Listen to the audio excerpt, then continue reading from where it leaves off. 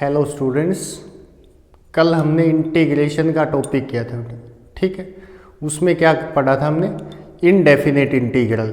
अब पढ़ते हम डेफिनेट इंटीग्रल। देखो तो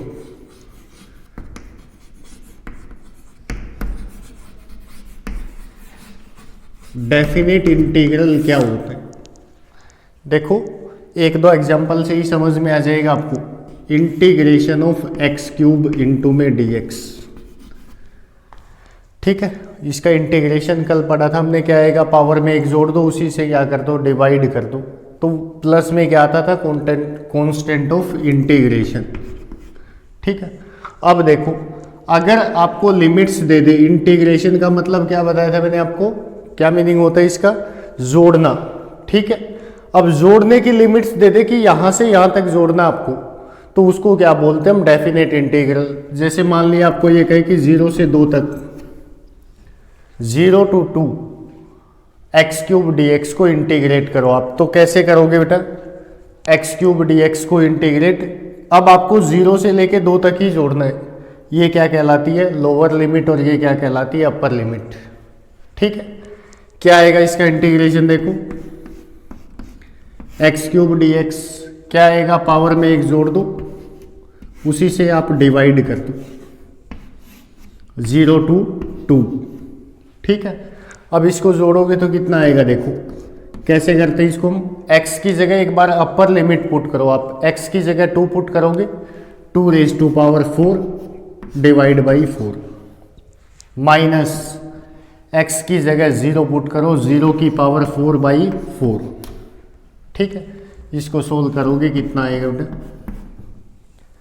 2 की पावर 4 कितना होता है? 2 raise to power 2 into 2 raise to power 2 लिख लोगे, बटे में 2 रेज टू पावर 2, माइनस तो 0 आएगा ना। 2 रेज टू पावर 2 कितना होता है बेटा? 4। ये आपका आंसर आ जाएगा।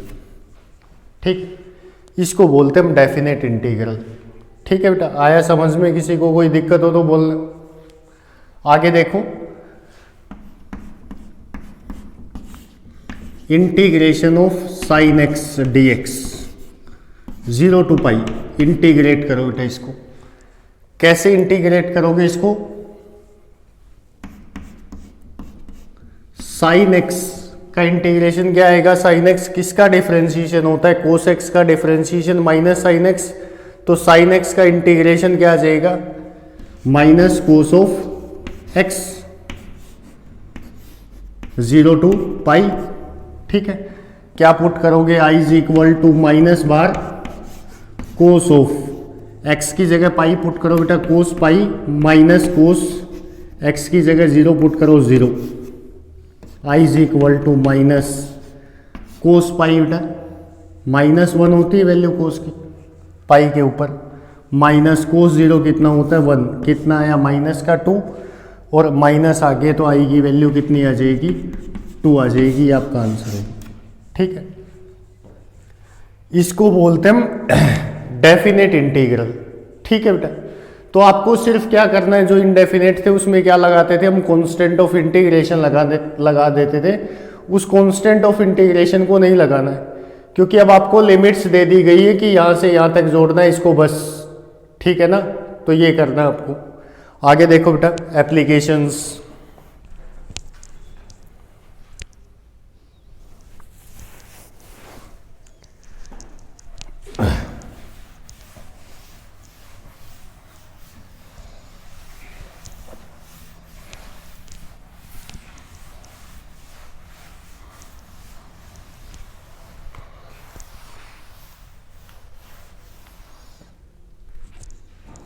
देखो आगे, एप्लीकेशंस ऑफ इंटीग्रेशन। क्या एप्लीकेशन होती, क्यों पढ़ रहे इसको?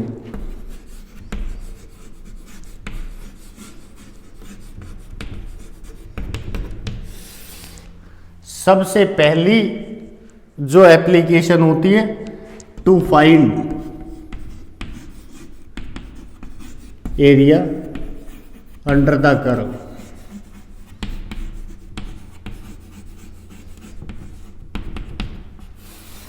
इंटीग्रेशन का मीनिंग ही यही होता है बेटा किसी भी कर्व का ग्राफ दे दे आपको कोई भी, उस कर्व के नीचे का जो एरिया निकालोगे वो, और उसको इंटीग्रेट करके आप आंसर निकालोगे, वो दोनों आंसर जो ना वो आपके पास क्या आते हैं, सेम आते हैं बेटा। तो to find area under the curve, integration का मीनिंग ही ये होता है, एरिया अंडर द कर्व। ठीक है, देखो मैं एग्जांपल लेता हूं, y is equal to 2x है मान लिया। ठीक है, इस कर्व के नीचे का एरिया निकालना है from x is equal to from x 0 to 2, x axis के साथ। ठीक है, कैसे निकालोगे, ग्राफ बनाओगे इसका, ये कोऑर्डिनेट एक्सिस, x की जगह 0 पुट करोगे, या वैसे पता आपको, मैंने सिखाए थे आपको कि m पॉजिटिव c 0, तो लाइन कहां से पास होगी बेटा, ओरिजिन से पास होगी, ये ग्राफ आएगा, ये y ये x। ठीक है, x की वैल्यू 0 पुट करोगे, y कितना आ जाएगा, 0 आएगा ना वहां से। x की जगह 1 पुट करो बेटा, तो y कितना आएगा, x की जगह 1 पुट करोगे तो 2 इंटू 1 2, x की जगह 2 पुट करोगे तो y कितना आ जाएगा, 4 आ जाएगा। ठीक है, अब आपको क्या कहे कि इसका ये जो कर्व या ये जो स्ट्रेट लाइन आपके पास है, ये x एक्सिस के साथ कितना एरिया बाउंड करती है, उस एरिया की वैल्यू निकालो। तो ये x एक्सिस है आपके पास, इस x एक्सिस के साथ एरिया बाउंड निकालना आपको इस कर्व का या इस लाइन का। तो ये एरिया बाउंड करेगी ना 0 से 2 तक, तो 0 से 2 तक तो इतना ही एरिया आएगा ये, और ये एरिया किसके बराबर होगा, इस ट्रायंगल का एरिया निकाल सकते हैं हम। एरिया इज इक्वल टू कितना होगा, 1/2 इंटू बेस कितना है बेटा इसका 2, इंटू हाइट कितनी इसकी, हाइट कितनी है आपके पास 4, 2 से 2 कैंसिल आउट, एरिया क्या आया 4 यूनिट स्क्वायर, ये आया ना। अब यही आंसर आपका जो ना उसको मैं इंटीग्रेट कर दूं तो आ जाएगा बेटा। एरिया अंडर द कर्व निकालने का फॉर्मूला क्या होता है, कैसे निकालते हैं उसको हम, is equal to integration of y dx। ठीक है, फ्रॉम कहां से कहां तक, 0 से 2, तो 0 to 2। ठीक है, पुट कर दो y की वैल्यू, y की वैल्यू कितनी आएगी आपके पास, y किसके बराबर है, x की टर्म्स में 2x इंटू में dx 0 to 2। ठीक है, 2 बाहर आ जाएगा, कॉन्स्टेंट है। x dx का इंटीग्रेशन कितना होगा बेटा, x की पावर 1, उसमें एक जोड़ दो, उसी से डिवाइड करते हम, तो x raise to power 2/2 from 0 to 2। ठीक है, 2 x की जगह क्या पुट करोगे बेटा, 2 पुट करोगे, 2 का स्क्वायर कितना आएगा 4/2, माइनस x की जगह कितना पुट करोगे बेटा 0।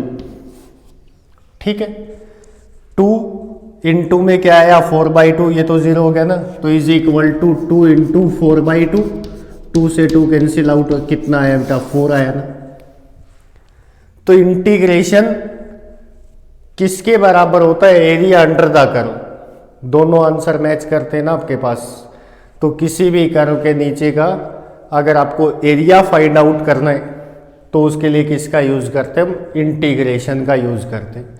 ये पहला फॉर्मूला एप्लीकेशन जो ना वो इंटीग्रेशन का है आपके पास। ठीक है, देखो इसको आगे करते हैं फिर।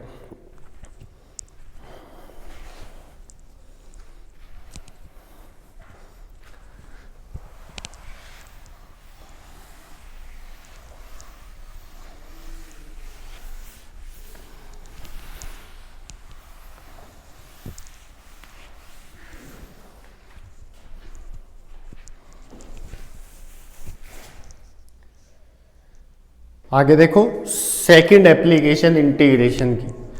फर्स्ट एप्लीकेशन करवाई मैंने आपको, क्या होती है, एरिया अंडर द कर्व जो होता है ना, वो निकालते हम किसकी सहायता से, इंटीग्रेशन की सहायता से, जो भी लिमिट्स दे रखी है उसके अंदर। Second application, to find average value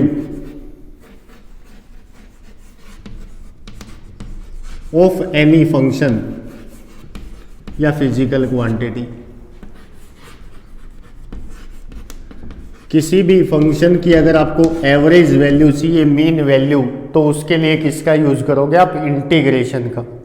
ठीक है, मान लिया मैं एग्जांपल लेता हूं आपके पास, क्या फॉर्मूला होता है एवरेज वैल्यू, कोई भी फंक्शन हो y, उसकी एवरेज वैल्यू किसके बराबर होती है बेटा, integration of y into d x upon integration of d x from a to b, जो भी आपके पास लिमिट्स रहेंगी।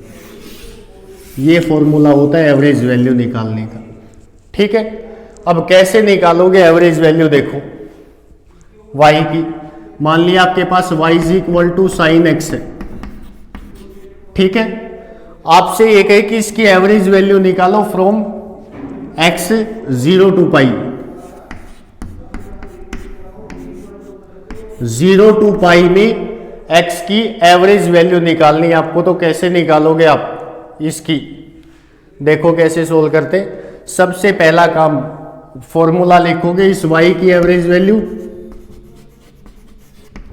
इंटीग्रेशन y किसके बराबर है, साइन एक्स इंटू में dx। लिमिट्स क्या है बेटा आपके पास x की, 0 टू पाई, तो 0 to pi upon integration dx, limits क्या है आपके पास, 0 टू पाई। ठीक है, अब देखो साइन एक्स का इंटीग्रेशन क्या होता है, क्या इंटीग्रेशन होता है साइन एक्स का, साइन एक्स डिफरेंशिएशन होता है ना किसका, कोस एक्स का। कोस एक्स का डेरिवेटिव करोगे तो कितना आएगा, माइनस का साइन एक्स, तो माइनस उस तरफ चला जाएगा ना, कितना आएगा इसका इंटीग्रेशन, देखो तो वाई एवरेज कितना आएगा, माइनस का कोस एक्स आएगा, इसका integration from 0 to pi upon में dx का इंटीग्रेशन क्या होता है बेटा, x 0 to pi, y average is equal to minus bar cos x की जगह कितना पुट करोगे, पाई, माइनस कोस x की जगह कितना पुट करोगे, लोअर लिमिट 0, अपॉन में x की जगह कितना पुट करोगे, पाई, पाई माइनस 0 कितना आ जाएगा, पाई आ जाएगा। y एवरेज, एवरेज वैल्यू कोस पाई -1 माइनस कोस 0 1, -1 कितने होंगे, माइनस का 2, और माइनस बाहर है, अपॉन में pi, minus minus plus 2 by pi, ये आपका आंसर होगा। ठीक है, तो इस तरह से किसी भी फंक्शन की एवरेज वैल्यू निकालनी हो तो उस एवरेज वैल्यू को निकालते हम। ठीक है, कर लोगे इसको, आगे देखो बेटा।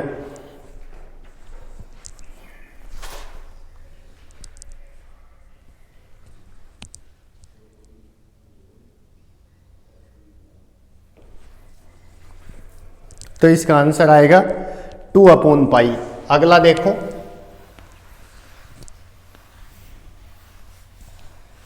एक एग्जांपल और लेते हैं इसके ऊपर हम।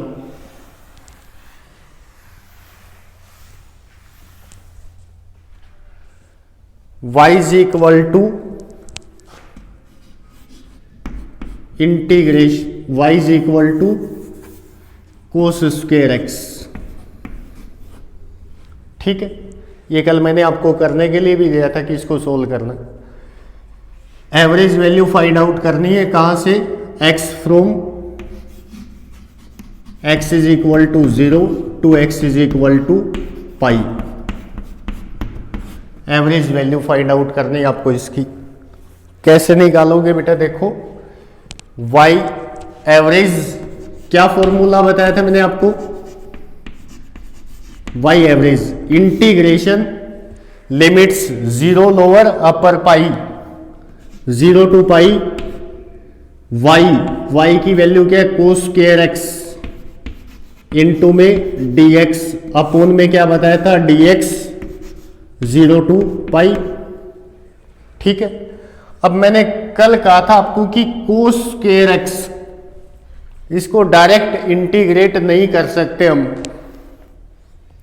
तो अगर ये डायरेक्ट इंटीग्रेट नहीं कर सकते क्योंकि इसका डिफरेंशिएशन कांस्टेंट नहीं है, तो इसको क्या बताया था मैंने आपको कि इसको लीनियर फंक्शन बनाना है बेटा आपको। तो क्या होते हैं, क्या फॉर्मूला बताया था मैंने आपको,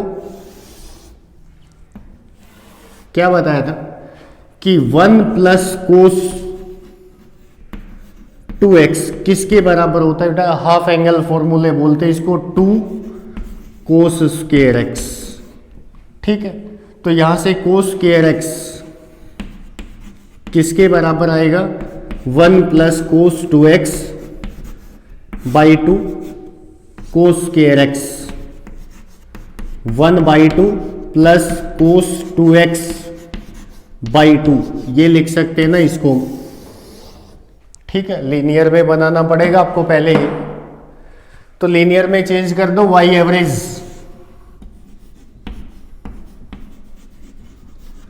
इंटीग्रेशन का सिंबल बेटा, कोस स्क्वायर को क्या लिखोगे, 1/2 plus cos 2x by 2 into में dx अपोन में क्या आपके पास dx का इंटीग्रेशन कितना होगा बेटा, x डायरेक्ट इंटीग्रेट कर दोगे इसको 0 to पाई। अब देखो बेटा y एवरेज,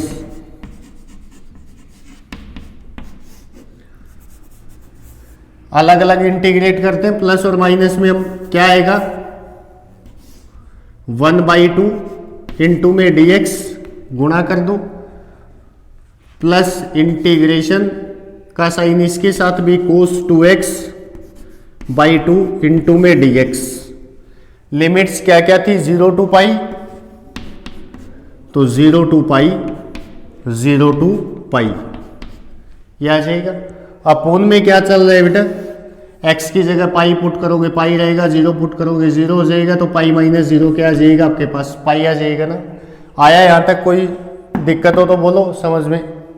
अब देखो इसको इंटीग्रेट करना है, y एवरेज 1/2 बार dx का इंटीग्रेशन क्या होता है बेटा, x 0 to पाई। ठीक है, प्लस 1/2 बार कोस 2x, कोस किसका डिफरेंशिएशन होता है, साइन का ना, साइन का डिफरेंशिएशन क्या होता है, कोस x, तो कोस x का इंटीग्रेशन क्या होगा, साइन x, तो कितना आ जाएगा बेटा, साइन 2x। और उसके बाद मैंने क्या बताया था कि कोफिशिएंट ऑफ x से डिवाइड भी करना है आपको, तो कितना आ जाएगा 2, लिमिट्स क्या रहेंगी 0 to पाई, अपोन में क्या आएगा बेटा, पाई आ जाएगा। ठीक है, आया यहां तक समझ में, आगे देखो तो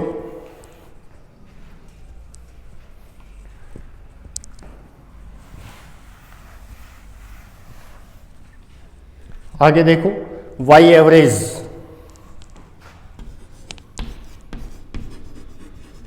इज इक्वल टू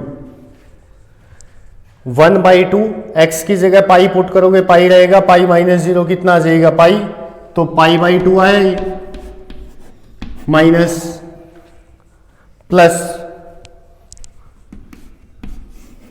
आगे क्या है 1/4 तो बाहर आ जाएगा, अंदर क्या बचेगा, साइन 2, x की जगह कितना पुट करोगे पाई, तो sine 2 pi minus sine x की जगह कितना, ये 2 तो बाहर जा चुका है ना, x की जगह कितना पुट करोगे 0, तो 2 इंटू 0 कितना आ जाएगा, साइन 0, ये आ जाएगा आपके पास। अपोन में क्या चल रहा है पूरे के साथ, पाई। y एवरेज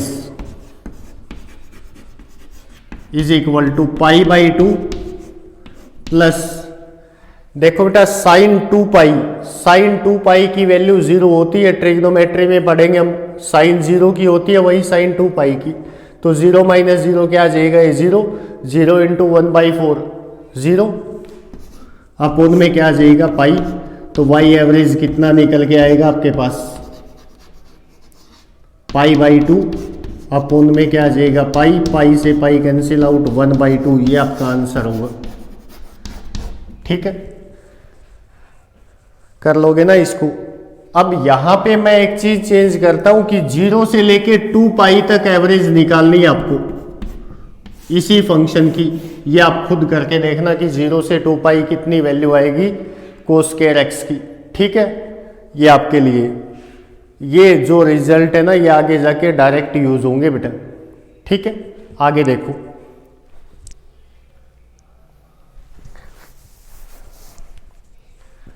तीसरी application,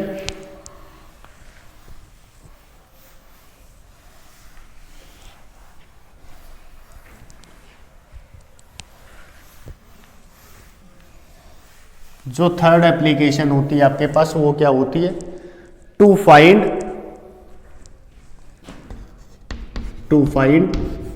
RMS value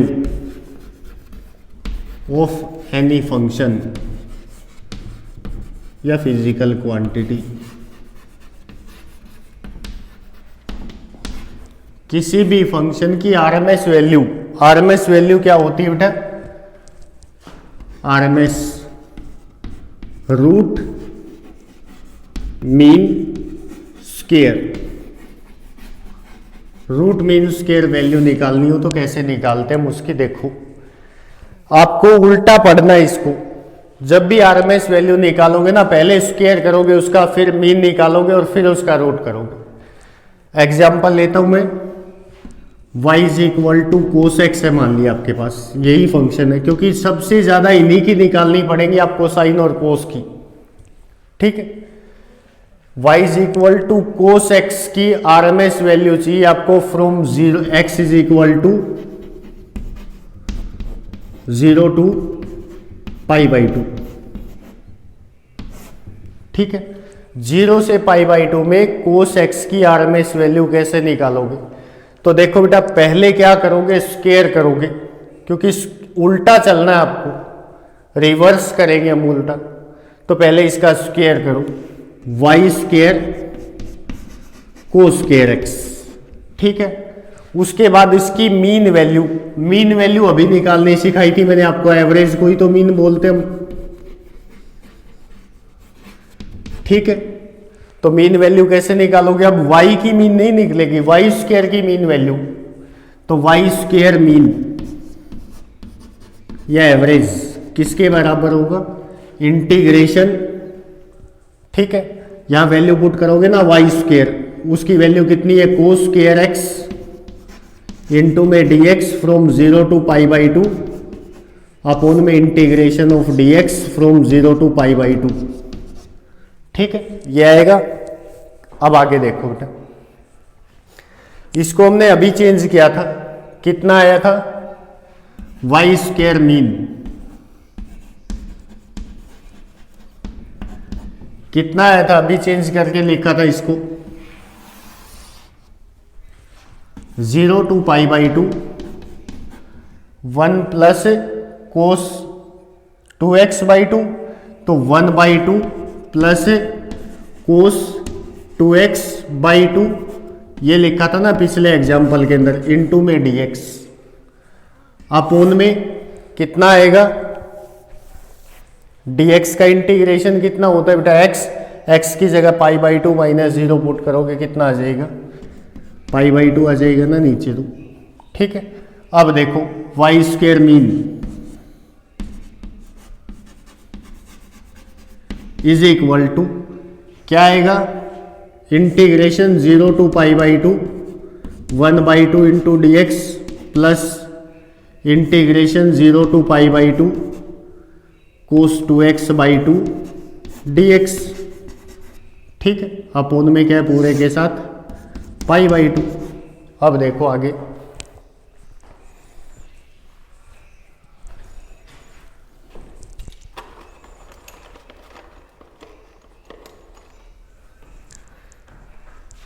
Y square mean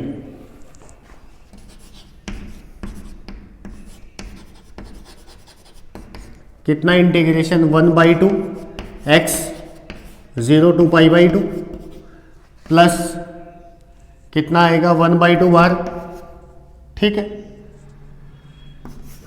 cos 2x का, cos किसका डिफरेंशिएशन होता है, साइन का ना, तो कितना आ जाएगा sin 2x/2, कहाँ से कहाँ तक 0 to π/2, अपोन में क्या चल रहा है आपके पास π/2, ठीक है बेटा। आगे देखो,